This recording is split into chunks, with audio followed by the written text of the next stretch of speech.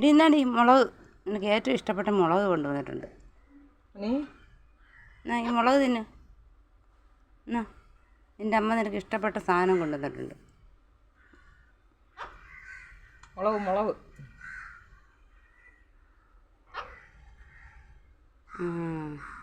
നല്ല രുചിയുള്ള മുളക്.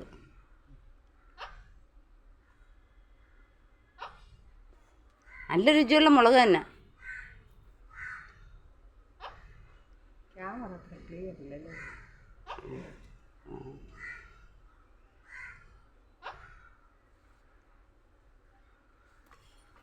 എനിക്ക് കുറച്ച് മുളക് തരുമോ? അത് അങ്ങോട്ട് തിരിഞ്ഞു കളഞ്ഞു. മുളക് എനിക്ക് തരുമോ എന്ന് ചോദിച്ചപ്പോൾ